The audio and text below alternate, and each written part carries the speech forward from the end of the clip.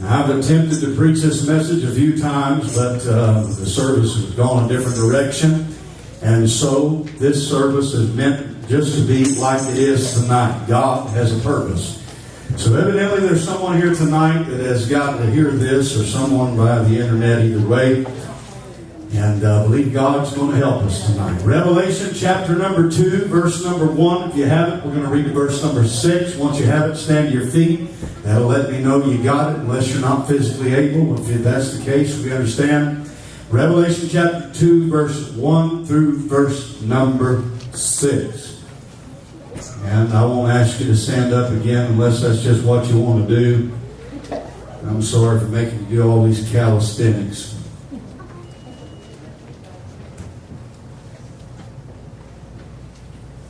If you have it, say amen. Amen. It looks like everybody's got it tonight. Very familiar territory. We've probably preached from here many times. You've probably read it. You've probably heard it. But here we are again tonight. Unto the angel of the church of Ephesus write, These things saith he that holdeth the 7 stars in his right hand, who walketh in the midst of the 7 golden candlesticks. I know thy works. Well, that's a scary thing when God says that, isn't it? And thy labor, thy patience, and how thou canst not bear them which are evil, and how thou hast tried them which say they are apostles, and are not, and hast found them liars. Boy, he's painting a pretty good picture here, isn't he? And he says, and hast borne, and had patience, and for my name's sake has labored, and has not fainted. In other words, you're still in a race. But verse number 4, everything shifts. Nevertheless, I have somewhat against thee, because thou hast done what? Left thy first love. You've heard it before, but I want you to look at it. Nevertheless, I have somewhat against thee, because thou hast left thy first love. Verse number 5. Remember therefore from whence thou art fallen, and do what does he say to do? And repent. Do the first works, or else I will come unto thee quickly, and will remove thy candlestick out of his place. Listen to what he says. He says, except thou repent. Very critical that you see this hinging point. I want you to focus on this. Except thou repent. But this thou hast, if thou hatest the deeds of the Nicolaitans, which I also hate. The Lord starts out with commending them and talking about the great things that He has to be able to commend them for. He gives them an admonishment, a rebuke, and before it's over with, He goes back to telling them, I'm still glad there are some things you've done right. Isn't that just like the Lord? He doesn't just break out the belt and start whipping. He says, look, there's some things you've done right. I give you that. But there's some things that I'm not happy about, and they need some work. And I still, before it's over with, I just want you to know I still love you. But I'm giving you time to repent. I want to talk to you about a subject that while I was riding down the road a few weeks ago, God began to deal with my heart. It's been on my mind for quite a bit now, and I don't know, I need you to pray for me because I want to convey this the way that it was on my heart. You ever get a thought before and you think to yourself, I feel it, I know what God's showing me, but I'm hoping I can convince or I can convey what God showed me. You ever felt that before? I just hope I get it. I just hope I can help everyone else to get it. So you pray for me tonight. That's my goal. But let's lift our hearts and hands before God tonight. Pray the Lord would just have His way. Tonight, God, we come before the throne of your glory, and we pray, God, that you'll hear our cry before heaven's throne. God, that we need your help, your mercy, your grace. And I pray tonight, God, that you'll add the anointing to my lips, to my heart, to my spirit tonight to convey everything that the Spirit of God would have me to say tonight. I'll give you glory and honor for everything that you do. We'll thank you in this service. I pray, God, that you'll allow me to preach just like you would have me to, and nothing more, nothing less. In Jesus' name, everyone can say amen tonight. You may be seated in the presence of the Lord. I'd like to preach tonight on this thought: career Christians. Anybody ever heard that before? If you don't hear it tonight, career Christians, that's what I want to talk to us about.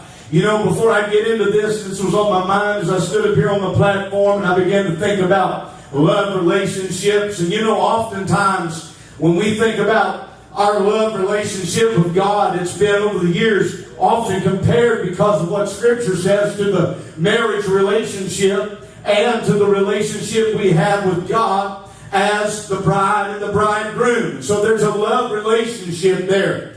And, you know, when I think about the love relationship, it's easy because I've been married for a long time now. I've spent most of my life married and spent most of my life with my wife. We started dating when I was about 15 years old. She's about 13, so I've been chained, hooked, and all that stuff for a long time. So has she. And so I've got a lot of experience when it comes to the relationship side of things. And I can tell you this, that we've had our ups and downs, and I love her today more than I've ever loved her. And I can't question her love for me, because she has had an incredible love, and she's put up with a lot of things with me, and surely maybe another woman may have left a long time ago, so I've got a good wife. Much thankful for that. But I can tell you that when I think about the love relationship, that there can come a time in a relationship that a relationship can begin to lose its zeal and its excitement and all the zest of that relationship. And usually what happens is a relationship begins to lose a thing that we call passion. That passionate aspect that just drives us to say the right thing, to do the right thing, and to just crave to be in that other person's presence, to be around them, to want to talk to them, to want to lean on their shoulder when we're going through troubled times. And I have watched over the years many relationships, and I've used this analogy, but you ever left a 2-liter soda out on the counter? I don't even like 2-liter soda. Usually just give me like a can or a bottle or whatever. Well, I don't know what it is about them 2-liter sodas. If you don't put that cap on there just right, and it goes flat, it don't taste right to me. Now my wife, there's some stuff she'll shake it up so it loses the fizz, but that's another story. But I see a lot of times a relationship can lose its pizzazz or its fizz, or its fizz fizzled out. You know what I'm saying? And when that relationship begins to lose its fizz, that relationship is in trouble. Because passion is the thing that drove you together in the first place. And if you ain't got passion to keep you together, you're going to be in a big place or a big problem. Can you say amen? I want to ask you a question tonight, because I know there are some of you that have already gone through relational troubles. Maybe there are some of you that have hit highs and real lows in your relationship, even that you're in right now. Maybe you've been through a divorce in the past. But is there anybody that can raise your hand tonight and say, you've ever been through a relationship that was either losing its passion or it lost its passion? Raise your hand tonight. You see, here's the thing you have to understand about that passion. That thing that motivates you, that thing that drives you, that thing that makes you want to roll over whenever he's got terrible stank breath and look at him and say, I just love you anyway. You know what I'm saying? Or that morning you wake up and maybe she's not looking her best and her hair's a mess. And maybe she hadn't done anything with herself, as ladies will say. She's still in her nightgown, and you just look at her and you're thinking, I'm just crazy about you. You know, that's passion. That's what makes you want to be with that person. And you cannot stand any thought of being with anybody else but them. I want to tell you tonight, one of the worst tragic things I can imagine is to get into a place where that passion that brought you together is no longer there. It's bad enough whenever you begin to get less passion than you had before. I believe that can be a normal thing when you got jobs and kids and daycare and school and homework and everything else. And if you're not maintaining that relationship, that passion can begin to fade, and it's not quite like it was before. If it were a flame, it would just be a flicker of a flame. But I can tell you tonight, when that flame goes out, that relationship is in dire trouble. Do you know tonight, I'm just going to get off the path for just a moment, but there are a lot of people tonight across our world who are living in the same house. Some of them sleeping in the same bedroom, in the same bed. Some of them are passing each other in the hallway, and they are not divorced by paper, but they might as well be divorced every other kind of way. There's no intimacy in their relationship. I've talked to so many people in the last few years that have told me that it has been so long since there's been any passion or intimacy in their relationship. Most all of us are adults, and you understand what I'm saying, folks. It takes a lot of things to keep a marriage and a relationship together. I can tell you right now, if you've ever been through it, you know just what I'm talking about. It's a terrible place to be in when you have to roll over and look at that other person and wonder to yourself, do they still love me? Do they still think that I'm smoking hot? Come on now. I don't want my wife to ever have to wonder what I think about her. I think she worries more about what she looks like to herself than what I look like when I think about what she looks like. If you understand what I'm saying, I tell her all the time, I love you. I want her to know that I think she's still beautiful to me. Why? Because there is passion in my relationship. But I can tell you that had not always been that way. It's to my great shame, and I've told this many times in the past, but before I got saved, there came a time in my life that I remember telling my wife, I don't love you anymore. I said, I love you like a brother or a sister. I said, if something were to happen to you, I would be hurt and I would be upset. I said, but I just don't love you anymore. I can tell you to this day, it bothers me when I think about her laying next to me with her back up against me and me going like it didn't even bother me, and her crying so much that it shook the whole bed. I want you to know that's a terrible place to be in any relationship. Can somebody say now? I want you to know that there are people tonight that the very thought of passion being gone from their relationship, it scares them. They don't want to get into a place. There are some people that have watched others get a divorce. There are people that have watched other relationships fall apart. And when they start seeing theirs going down the tube, they get worried. And for good reason, folks. When you see there's problems there, you should go to work and do something about it. Can you say now? But you see, folks, I didn't come here tonight to preach about marriage. I didn't come here to preach about divorce. I didn't come here to preach about husbands and wives. I came here to talk about the bride and the bridegroom tonight. And the thing is, there is a very close relation to the way that husbands and wives can love one another, and the same way that we will have a love that goes for God. Does anybody follow what I'm saying tonight? You see, when I began to ride down the road the other day, the thought hit me. I began to think to myself, what a tragic thing it is that even as a pastor I have watched, and it seems as though that too many in the church, I mean more than one is too many, but I'm talking about many people have lost their true passion for God. They've lost their passion for the Word of God. They've lost their passion for ministry, for souls that are lost, for the mission field. They've lost their passion to be faithful to God. They've lost their passion to pray with others at the altar. And if that don't bother you as a child of God, folks, I don't know what else would. I don't know what else would bother a man or a woman who is truly connected to God. But the very thought that someone is not passionate about serving God anymore. Because what you have to understand, the same way that a marriage with no passion is in trouble, a relationship with a child of God and God with no passion is a marriage that is between us and God that is in dire trouble. You see, that's the reason why that people are able to backslide on God. It's the reason why that they're able to take up sinful things that they never would have done before. It's the same way with a husband and a wife. A husband with no passion in his relationship, he may be more apt to pick up the phone and call that high school sweetheart he knew and met back on Facebook a few months ago. It happens all the time. It's things that he never would have done when he fell in love with her. would have never done when she fell in love with him, or to think about the fact, I don't want to be with him anymore. Do you know that the day that you start thinking, I don't want to be with him anymore, I don't want to be with you anymore, most likely there is no passion in that relationship.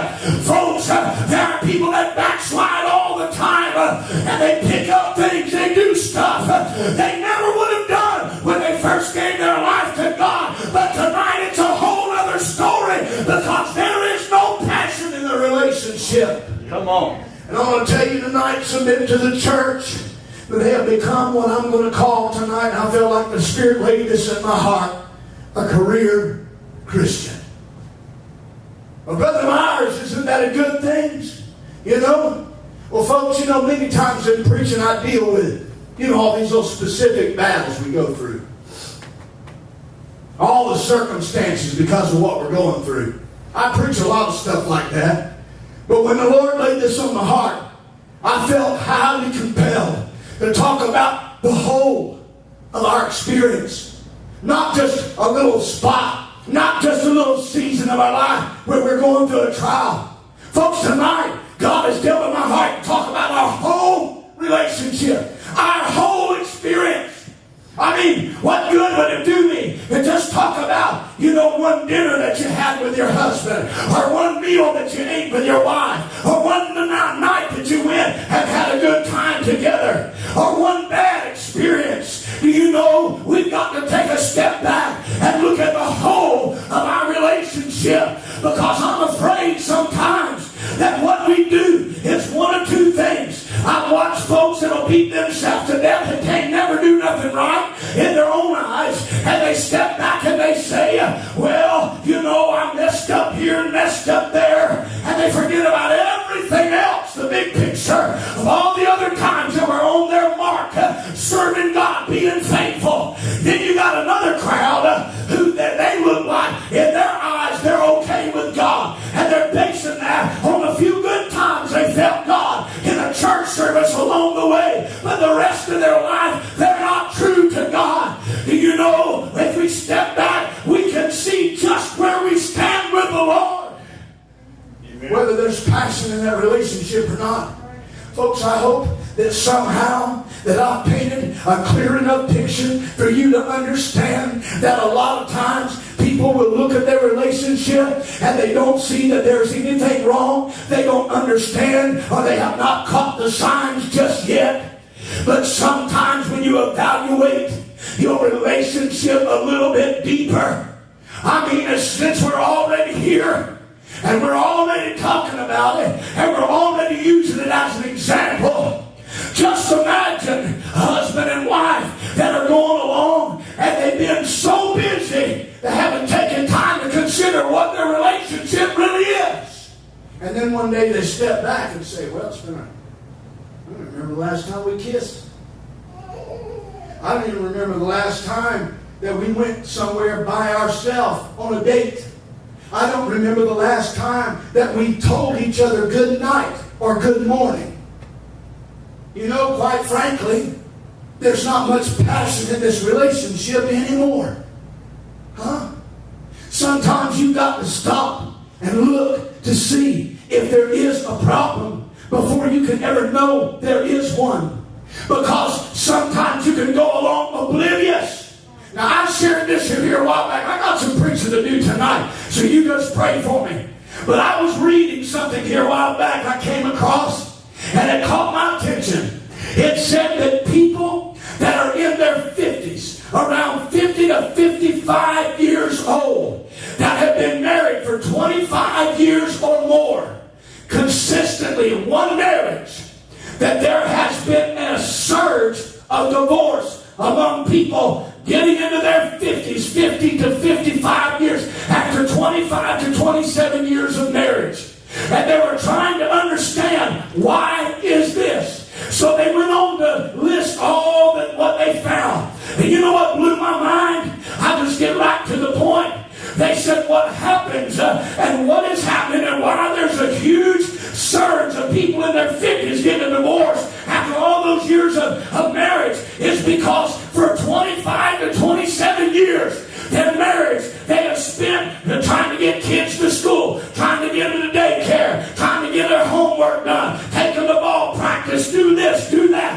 And so for these 25 years, what's happening is it's right about the time when the kids are getting out of the nest and they're leaving the house. And now you've got a husband and a wife who have not done anything the last 25 years to maintain a relationship, but have got good at going through the motions, passing each other in the hall and saying high five or whatever. And they've got to the point in their marriage, they look across the room at another person that they don't even know, and they no longer have anything in common with them because the kids are no longer there.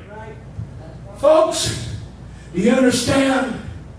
That whole analogy replicates to the Christ, the life in Christ. You understand what I'm saying? When you fail to maintain your relationship, and there is no fire, and there is no passion, and there is no intimacy, you can't keep letting stuff hold you back. I'm going to preach from where I feel the Holy Ghost right here. Do you know tonight you can let what you're going through hold you in a pew? But honey, when you feel that you need to tap into God, you can't let nobody keep you from the bridegroom. You hear what I'm saying? I don't care what's going on in your heart, in your house, in your life, on your job, in your church. You stop letting stuff keep you from the bridegroom because it's killing your relationship with God. Amen. Well, I feel the Holy Ghost. Amen. What I'm telling you is, if you let it, you can let all kind of crazy stuff mess your own relationship up between you and your husband, you and your wife. It's the same way with your relationship with God. I admit, and I've seen people personally, myself, who had a good relationship. Husband was a workaholic, hardly ever home, passion faded. Next thing you know, a woman who used to sing on the platform and could flat out get up during the camp meeting and set the whole place on fire, cheated with her boss. You know why? From what I was told, was that the boss told her everything her husband stopped telling her. You're beautiful today. You sure look nice today. You see, there's this old saying that says, we're good at courting, but we're terrible at marriage. Are y'all hearing what I'm saying? Some of you are going to go away thinking I'm just preaching about marriage. I ain't. I'm just using this because it's something we know. Right? We can be real good at courting and terrible at marriage. Because there are plenty of husbands and wives who they'll go in there, they'll do something with themselves, fix their hair, put on some perfume, look beautiful, and all of that to get his attention whenever they're dating. Then they get married. She looks like an outright slob, never does anything with herself. Are you hearing what I'm saying? Some of you, most likely, most times, it's the guy who does that. No romance. No, never does anything to show his affection. Listen, you can use all the excuses you want to, but it's amazing to me that some men can be Romeo when they're courting, and they don't know how to keep being Romeo when they're married. I'm not preaching. Come on, brother. Do you know? The same works with the child of God. Do you know, when I first got saved, man, I was like a chainsaw with a throttle stuck wide open. Some of y'all thinking you still are. But I'm telling you, it was because I loved God with everything. It was a newfound, fresh relationship with God. And you know, I can tell you that I have tried in my relationship with my wife to do the same things that got her attention when I first started dating her. And nothing wrong with writing a little note that says, I love you.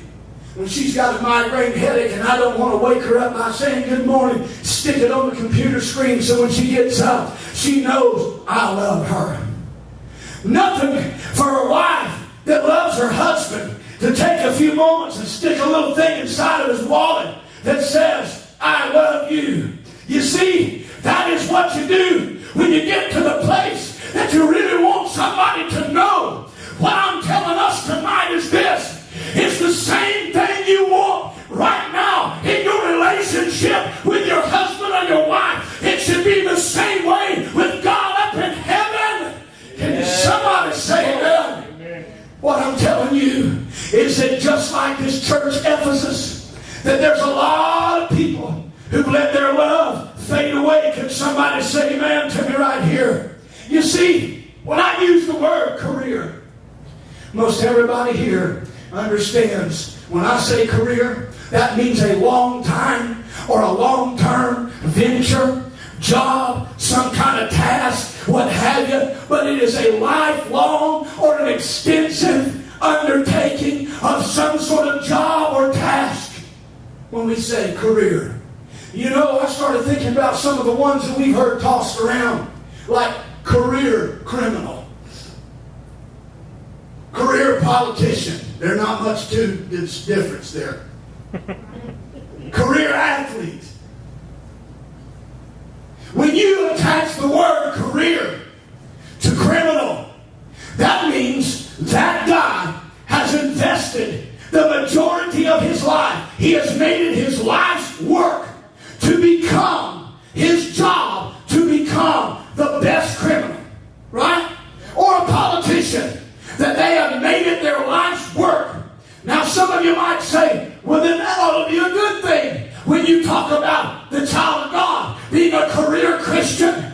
You see, the problem is, and I'm going to get way ahead of myself here, but the problem is that God never intended us to make a career out of a relationship with God. Now let me ask you how strange this would sound. How would you like to have your husband, amen, somebody refer to your relationship as you're in a career relationship? That don't have the right kind of catch, does it? That don't even sound right. You know, it don't sound right when it comes to the child of God either. But you see, what I find is whether it be a career athlete, a career most anything, there are so many people that get into these careers and they go so many years, they've got this kind of education, they get burnt out with it, but they keep doing it because it's all they know to do. You know, folks, this is really sad. I have met people that were raised in church, and the only reason why that they're 35 years old still going to church, because it's all they've ever known. They have absolutely no passion in their life. They have absolutely no desire to be with God, in His presence, worship God, learn how to do anything for God, witness on the mission field. They enjoy coming to the house of God, sitting on the pew, because it's all they've ever known. It has become a career for them. It's a job. It's a task. Do you understand that when I look at Ephesus tonight, He commended them for so many things. But let me give you a little bit of history on Ephesus. Before they were ever that church that God used the Apostle Paul to plant, they were also Ephesus who worshiped the fertility god Diana. If you've ever seen it, it's a gross-looking, idol-looking thing. Fertility god, disgusting. But do you know that they were one of the richest churches recorded in the Old or the New Testament?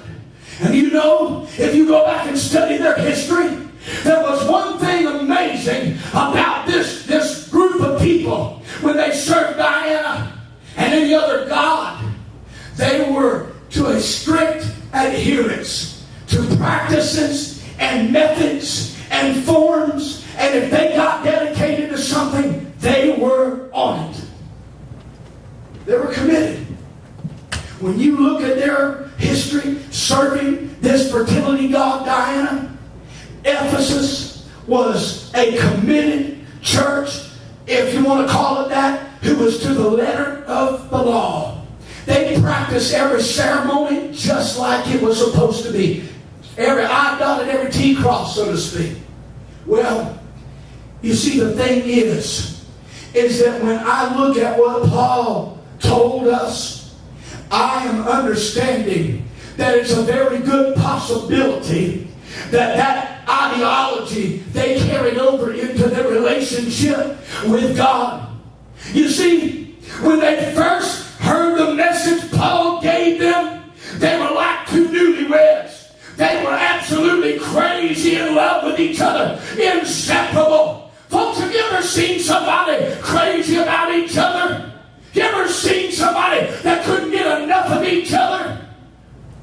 told my son when he was dating Miranda, I said, I'm about sick of hearing baby.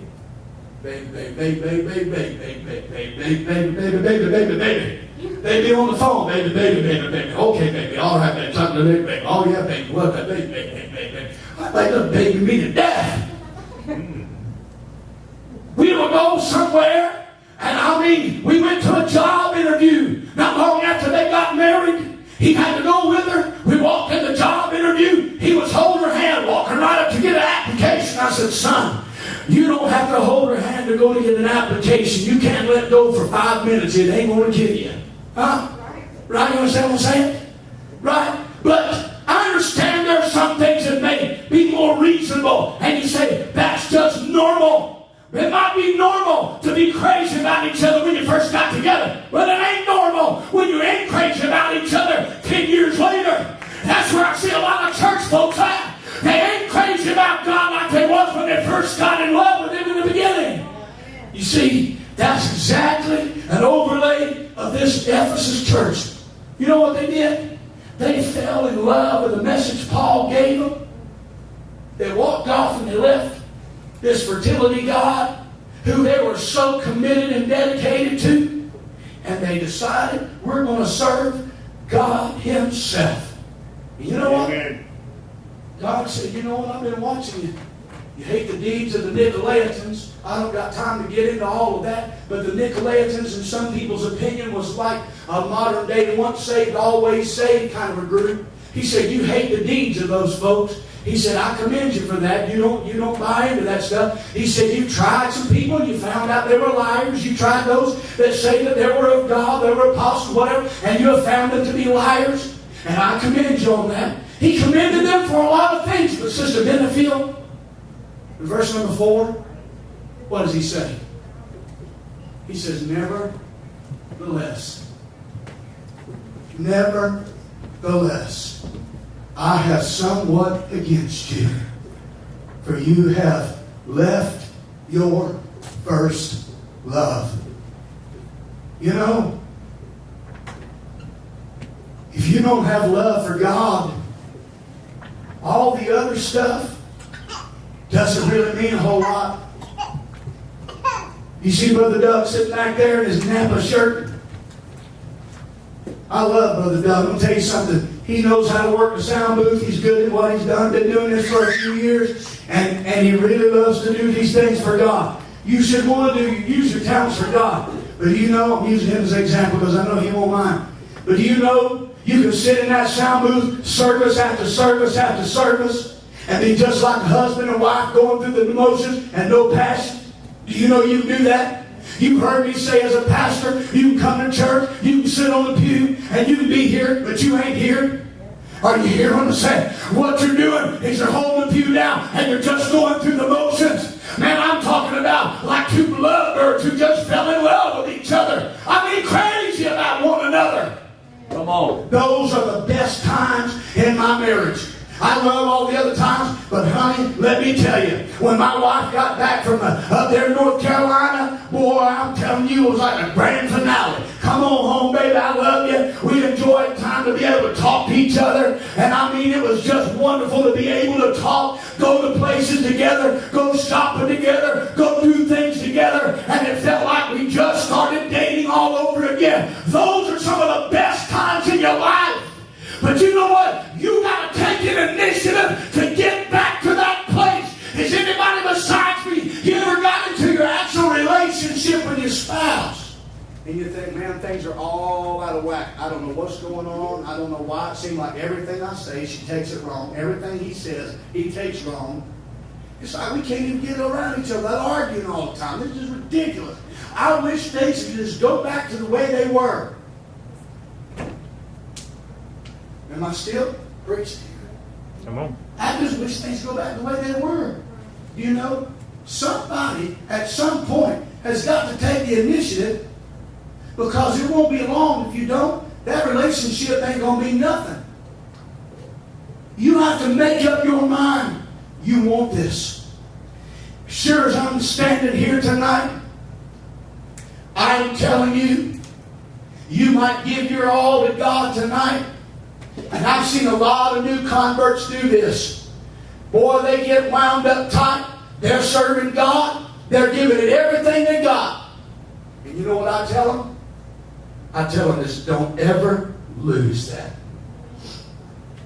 Why would you say that? I don't never. I said, careful what you say. Don't ever lose that.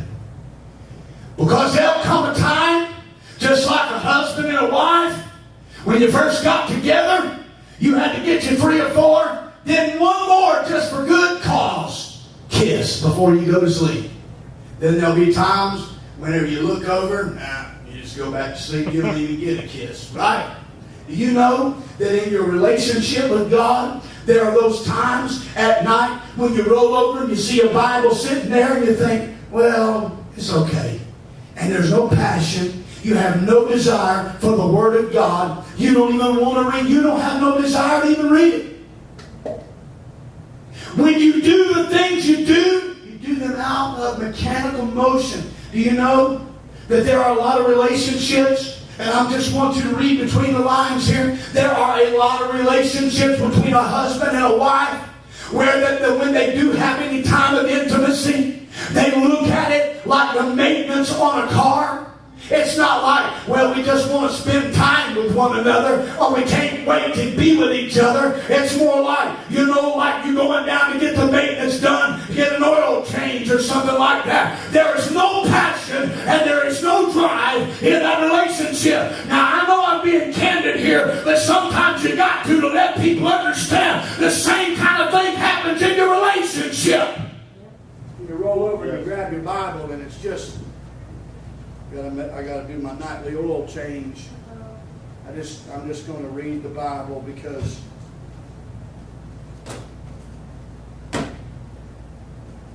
I'm becoming a career Christian. It's no longer about a relationship. It's become a duty and a task. There are people that are sitting on church pews because they don't want someone else to think they're backslid. Just like there are people still in marriages that don't leave the other person for all the wrong reasons. Well, I don't want to leave them because I don't feel like paying child support. I don't want to leave them because I don't feel like going through a divorce. I don't want to leave them because of the kids. I don't want to leave them because of whatever. There are people that sit on church pews week after week and their heart's no longer in it. There's no passion, no drive. There's no intimacy between them and God. When they sit there, you can preach, the most heartfelt sermon there ever was. And there won't be a dry eye. They'll never sit there, not a tear shed. Why? Because they are no longer in love. What did he say? He said, I have somewhat against you because thou hast left thy first love. A relationship becomes monotonous, just the same old stuff. In the hardest places of my walk with my wife, I put it this way, comparing this to the walk with God, I have said to my wife, I didn't get married just to have a roommate. I want that to settle in for a minute. I didn't get married just to have a roommate or a live-in companion. I got married to have a wife. And I want that to be my relationship. And the same way that it is with God, I did not sign up to serve God just so I didn't have to go to hell. I did not say I do to the Lord just for mechanical reasons. I gave my life to God because whenever that preacher got up and started talking about what he did on that cross and that blood that came from those wounds where that cat of nine tails ripped the flesh from his body and they beat him over the head with a reed, I'm telling you, it got to my heart and it made me want to serve him because of everything he did just for me. Amen. Amen. And the moment that it becomes dry, formal, mechanical, it's just like a relationship. You get up, you go to work, you hardly speak, you do your thing, come home, you may do homework with the kids, pick them up, daycare, well, I don't know, whatever you do. But when you start finding yourself in a place where you're just going through the mechanical motions, and there's no intimacy, there's no burning zeal and desire, folks, you're in trouble.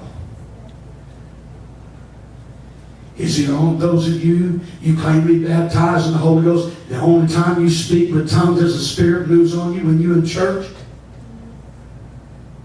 The only time you feel the urge to obey God and tell somebody about the Lord or what have you when you're in church? The only time that you ever get anointed and the Holy Ghost comes over you is when you're in church. Folks, I remember one time I was coming back from a job, I think it was, and I was coming down I-95, coming out of Daytona Beach. And you know, when you go through and you see that big sign, I think it says Daytona or something, big white letters over that overpass. I remember coming through there, and I had long passed through there, and I was just about to get up on the exit where you get off I-95 here, you go into I-4, you go into Orlando there, you get off I-95. And I remember I was listening to the Hensons, some old gospel, you know. I was listening to some Hensons. I remember what song it was. He was singing along there, and all of a sudden the Holy Ghost jumped in all over me. I felt the power of God. I remember shouting from the driver's seat all the way to the passenger side door and back, and the car never left the road. You know the reason why? Because the Holy Ghost was there. You know the reason why? It's because I was so sensitive to the Spirit, because I was tapped in with passion in my heart for the things of God. Amen. It's bad. Oh my God in heaven, help me. I've had people, what really bothers me is when I have people that are not even in church every service will start saying things like, well, we hadn't had a shouting service in a while. I think it might be time for me to leave. Well, if you'd have been here every single service, you'd have probably hit. We had two, one last week and one the week before. And if you'd have been here, you'd have probably experienced it, right? But what the problem is people are looking at the house of God like this is the only place that you can ever feel God. Folks, you can shout all you want around your living room. You can shout all you want around your front yard. You ain't got to wait till you get to church to have a move of God. Can you say amen? Amen. Oh, God in heaven. Come on, bro. Anybody here besides me say, God, I want a relationship. I don't want to be a career Christian. Somebody say amen. Amen. But all those things flooded my mind the last few weeks. I started meditating on this, and I felt like the Spirit of God was revealing to me that there's a great deal of folks in our churches that are becoming career Christians. You ever see somebody that got burnt out? They went to college for a certain thing, and that's all they know. So they keep doing it because that's all they know. I can't afford to get out of it. Go do something else. You ever met somebody before? They go to their job every day, and they might be a fantastic nurse. And they might treat patients with compassion, but they don't even want to be a nurse anymore. You ever met anybody like that? Anybody hear what I'm saying? But they did good at what they did. Do you know there are people that can get up on this platform and pick up guitars, drumsticks, pianos, and play them, pick up guitars, and they can play instruments and still do what they've been doing for years. But right down in here, they don't really want to do it anymore. God help us. Can somebody say, now I feel what I'm preaching to you tonight? I want to share a few things with you. You see, I know that this is a blanket question tonight, but I want to ask you a question. I want you to think about it. From what you as a child of God have seen when you were in church before, has the great majority of the remaining church today become career Christians? Great majority. You see, I assume that we could classify a lot of these who have fallen away, similar to the lukewarm Laodicean church, that their heart's no longer in it. They're not hot. They're not cold. They're still going through the motions. Folks, do you know what? If you're not on fire for God, you can actually do more damage than anything, because you can bring shame to the name of Christ. You give me a choir leader that's lukewarm, and I'll show you somebody that can hurt the church. You show me a pastor that's lukewarm, I'll show you somebody that can do damage to the church. You see, I'm not here to beat anybody, because we all go through times that we need the mercy of God. Say amen. But what I'm trying to tell you is, woe unto us that we ever fall into that place, because the moment you think you're only affecting yourself, you can affect those around you. And those that have been watching your testimony, and you may not even realize, but this is what the Holy Ghost spoke to me. If you like to write and take notes, take this down. Those of you that can remember real well, listen to this and ingrain this on the memory of your mind. The Spirit of the Lord spoke this to me. We have become experts at image and superficial with intimacy. We have become experts at image, but superficial with intimacy. What is superficial? It's just on the surface. That's just what's on the surface. But what's underneath is something totally different. We've become experts at our image. Just like that nurse that goes to work and puts on that smile, and everybody that sits under her, everybody she cares for would think that she was the best nurse that they've ever had. But that what they don't know, she don't even want to be there.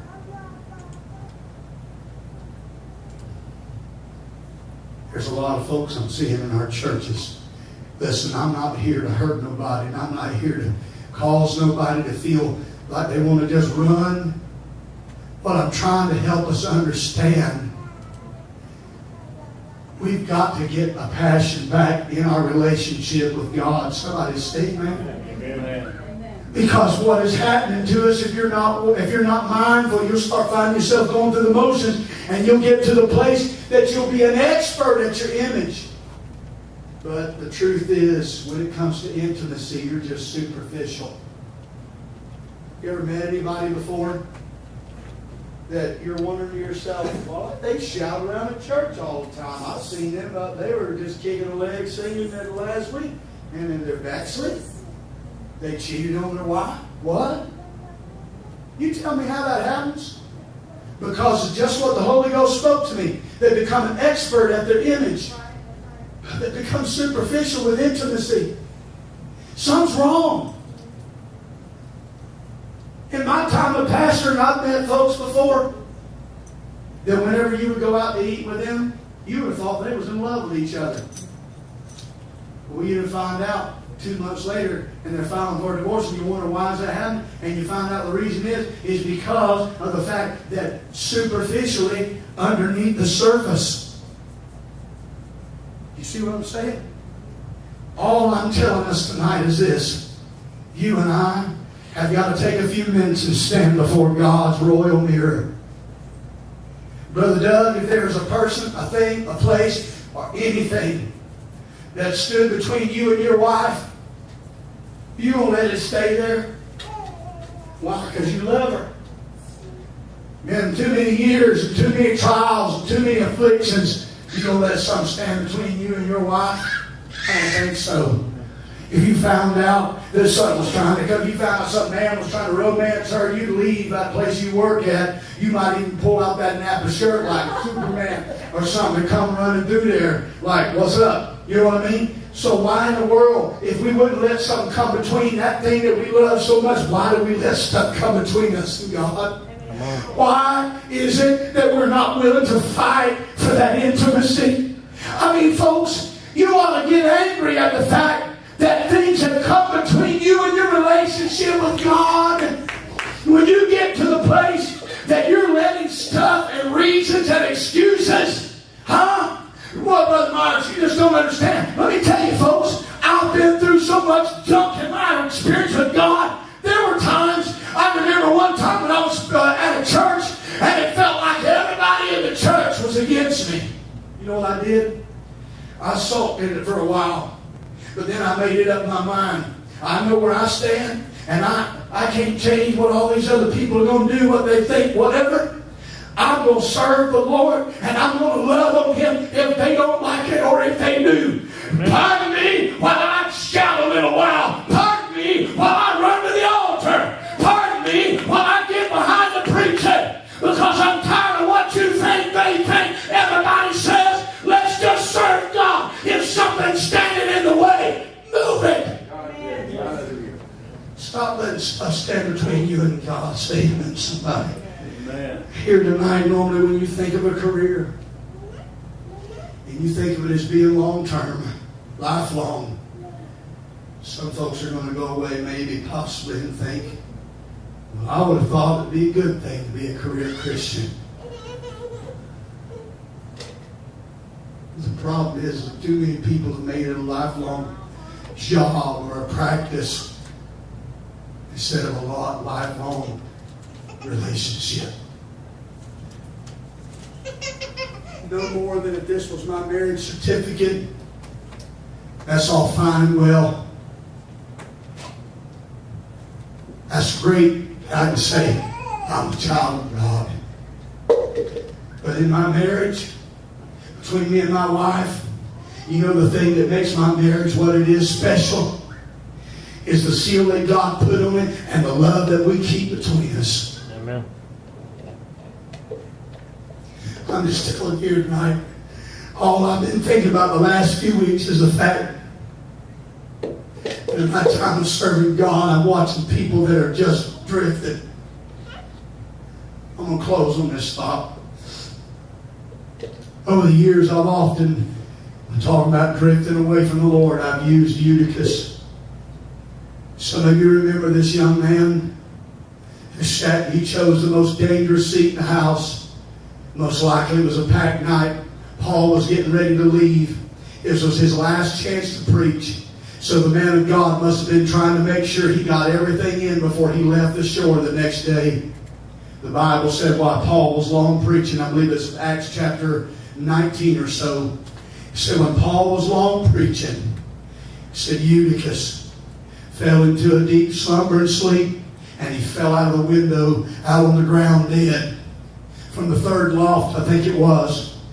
And you know, when I read that story, I've tried to get everything, pick everything out that I could find.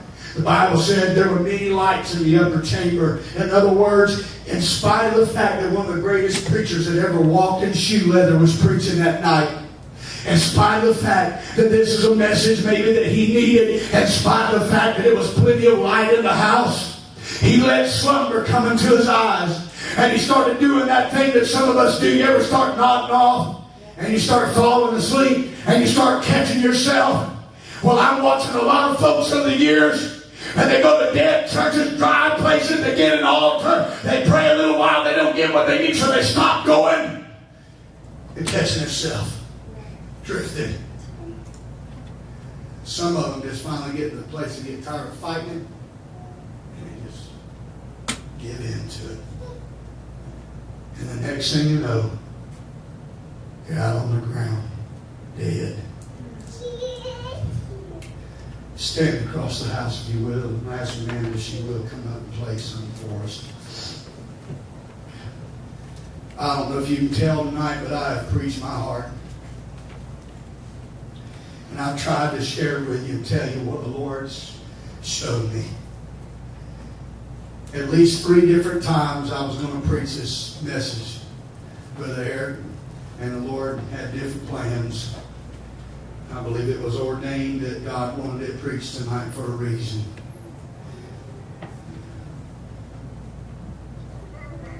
It don't take a genius to know whenever you feel that things ain't right in your relationship with your spouse or your family. Honestly, it shouldn't take a genius to figure out when you take a few minutes and you start thinking, you know, when I first told the Lord I wanted to serve Him, I felt serious. I felt like I meant business. But here lately, I'm giving anything and everything else my time but Him. How you think that'd go over? In a relationship between a man and a woman, sometimes, especially when it's already strained, when he starts giving his time to everything else but her, she does the same.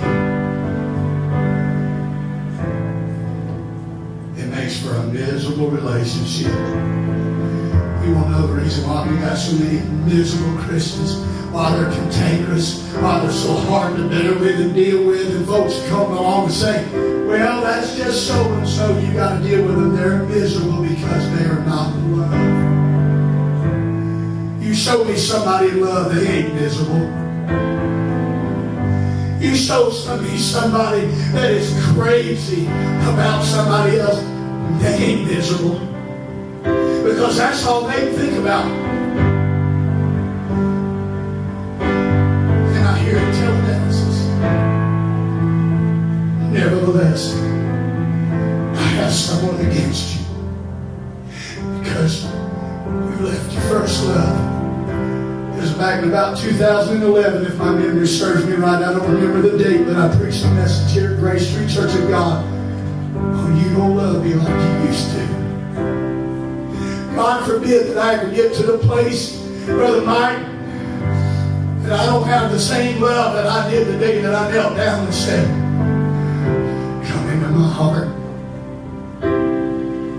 As heads are bowed and eyes are closed across the church, man, I'm going to sing something this evening. I want to give you an opportunity to come to a place within your own mind and reason to say, I've got reason enough tonight to find my way down to the altar. I've got reason enough tonight, God. If you knew your marriage was on the rocks tonight, what would you do?